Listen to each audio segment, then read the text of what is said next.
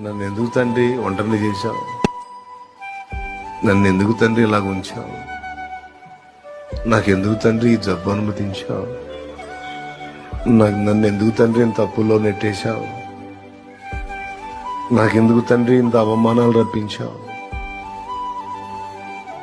నా హృదయం ఎందుకు తండ్రి ఇంత నలిపావు? నలుగురు నన్ను చూసి నవ్వుకునేటట్టు నన్ను ఎందుకు తండ్రి ఉంచావు? నాకు ఈ పరిస్థితి ఎందుకు రప్పించావు? నా ఇంట్లో ఇంత కష్టమైన పరిస్థితి ఎందుకు రానిచ్చావు తండ్రి? అల్పకాలంలోనే నాకు వైధవ్యం ప్రాప్తించేటట్టు ఎందుకు చేశావు తండ్రి? నన్ను విధవగా ఎందుకు చేశావు? బాధను అనుభవిస్తున్న మనుషుల హృదయాల్లో కోకొల్లలుగా రగిలే ప్రశ్నలు, దేవుని సమాధానం నిన్ను దైవముగా చేయాలని